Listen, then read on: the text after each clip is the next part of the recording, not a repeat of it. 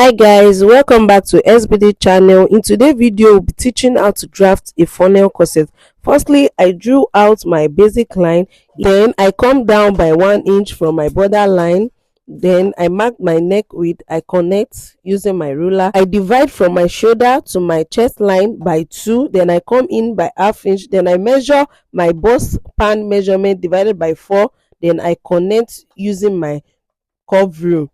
You see, then I come to the neck, I come down from the shoulder by 3 inches, then I use my French rule to connect to curve.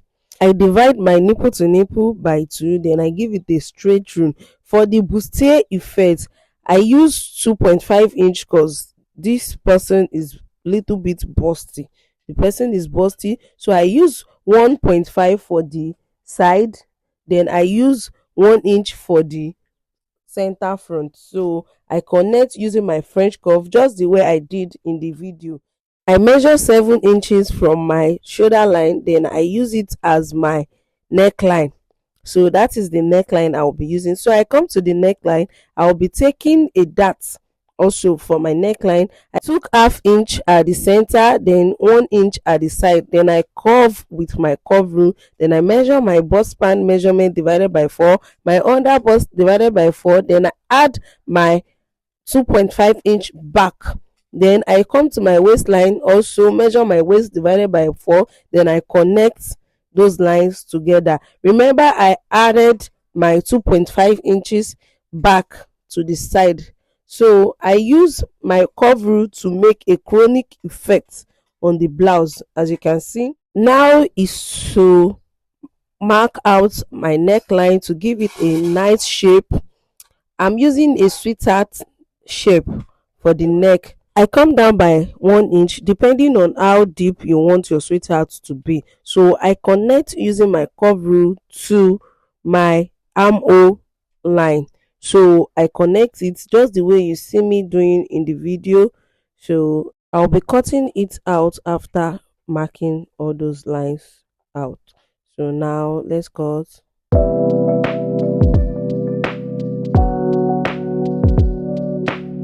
As our outer pattern drafted out already, so now we are to draft our inner pattern. Here we'll be placing another paper under the first pattern. So now we use our tracing wheel if you have one, but if you don't have, you can just do the way I'm doing. Just mark using your marker. Just make sure the pattern is not moving away from each other. So just use your marker to connect just the way I did. Make sure your inner stopped at your under bust line. So just as you can see, I stopped at my under bust line, then I marked out, then I cut.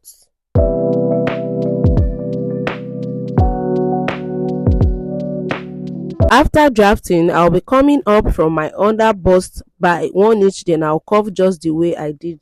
Now I can cut out my patterns.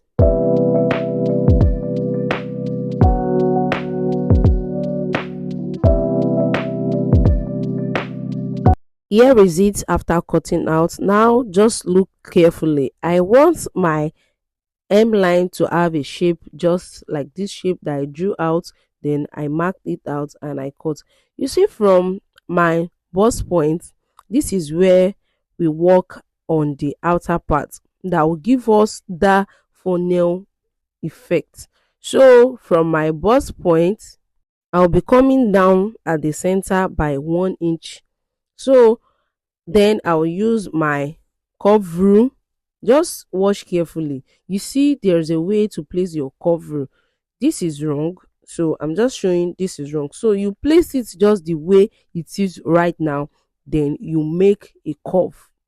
You connect to your armhole just like this, then you can now cut out your pattern. Now we have a complete funnel corset pattern. So guys, please don't forget to like, share, comment and subscribe to my channel. Turn on the notification bell to receive a notification whenever I drop a new video. Now let's draft our back pattern. As you can see, I've drafted my basic lines already. I've marked out my basic lines already.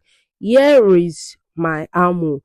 As you all know, the way we do our armor. So you do the same, you repeat all necessary lines, basic lines, except your bust point.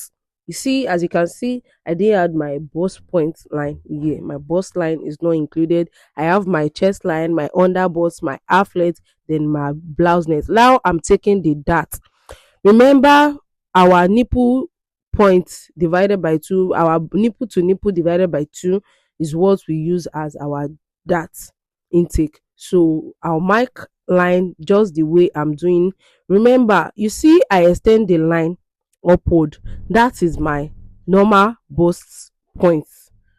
Is the line is not included here, but that is where my dart will be starting from. I take half inch at the both side, just the way I did half inch at the both side, half inch at the both side. Then I'll give it a straight through. Then I'll mark from my under bust, my half length, sorry. Then I'll connect to my normal bust point. That is my starting point for my dart. As you can see, just the way I'm doing in the pattern. Please, guys, if you have any question, kindly send me a direct message or type your question in the comment section. I'm right here to answer all questions. So now we have to take our body measurement. Remember, we'll be using our body measurement divided by 4. I marked my body measurement divided by 4, my bust, my waist, then my hip line. So I'll be adding my 1 inch back to the body measurement. Remember, the 1 inch is for the dart, half inch at the both side, then that's 1 inch in total. So I'll be adding the 1 inch just the way I'm doing like this. As you can see in this video, I'm adding back my 1 inch. Just watch carefully.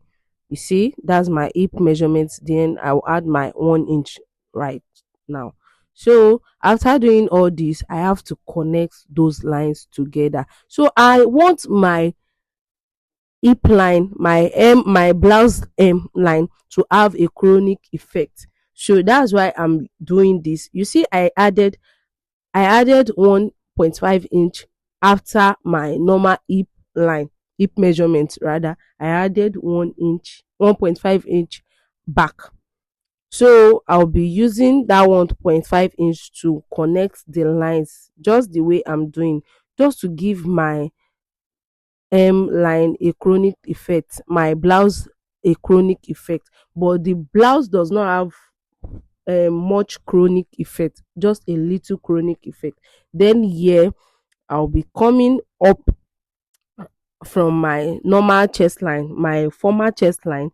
Remember, the chest line I use at the front is the same chest line I'll be using at the back. That is my starting point where the back will start from. So here I want to take my zip budge first. My zip budge. I will take out my zip budge. The way to take out the zip budge will be coming in by 1 inch from the half length, which is the waistline. I'll be coming in just the way I did by 1 inch.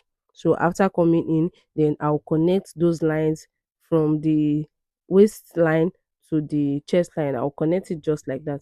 For this part, I don't need my zip allowance because I'm using a loop back. The back is loop, which I'll be passing my eyelet on it. So there's no need to use any zip allowance here. So this is my normal back. Now let's take out our yoke.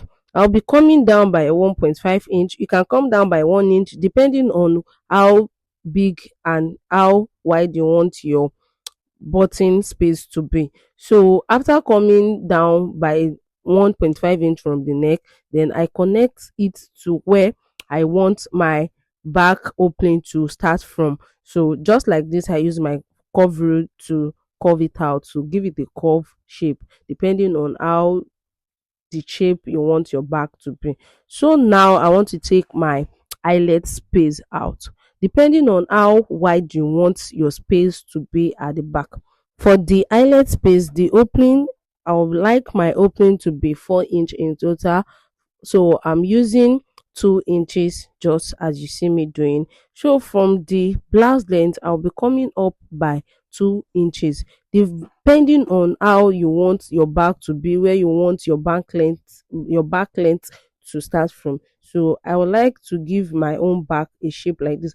Remember, I use 2 inches at the upper part, so I'm using 1 inch at the down part, just the way you see me. I did just the way I did. So as you can see, those circle is where my eyelet will be. If you have any question, let me know in the comment section. I'm right here to answer any question.